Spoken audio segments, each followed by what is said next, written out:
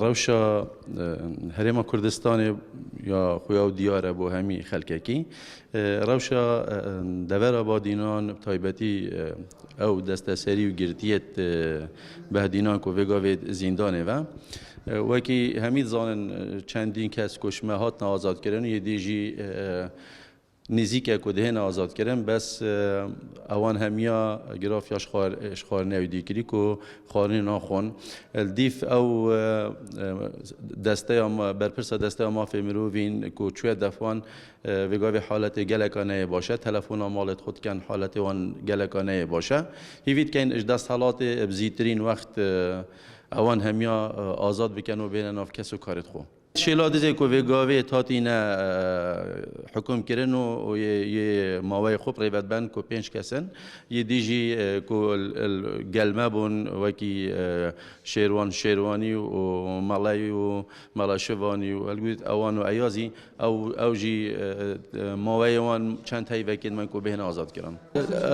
روش آزادی الهرم کردستان همشین بجین همی وکی که آن شک جیاوازینی نه روشه که راستی بدلی هیچ کسی کنی نه بدلی هیچ همشین بجین ریخراوید بیانی الجهانی نه او آزادی های آزادی که واسه خلقی بشید آزادانه بخو باقی خلقی بشید آزادانه در بیرونیش دیدن و بچونت خوب کت خلقی گپ آزادانه خربابون خوب پیشاندانا بکت بلگهی باید چنده مدید بری دروجا کدا خربابون چه بن چندین دورا کل هرم کردستان او بری او خربابون چه بود همی هات نگرتنه شوی بری کوکو هر خربابون چه ببید همی هات نگرتنه لسر تومتی به بنما براستی همویان تندک تومتی به بنما یا بویان درست کردیا به زورباین اوه کو لسر بیرو رای آزاد زندان کردن کو افسی ساله بسن دست حالاته کو افسی ساله حکمی المدکت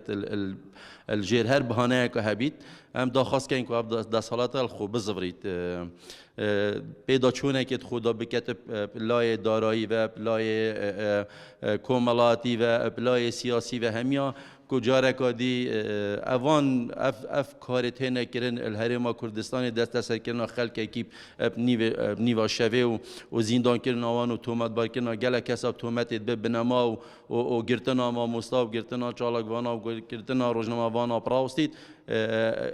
و داخوازا میشه اوه کو اف حزب ولایت اپوزیسیون بشین کارتی کردن که سر دست حالات بکن کو چاکسازی که درست و راستقینه الهرم کردستان بهت انجام دادن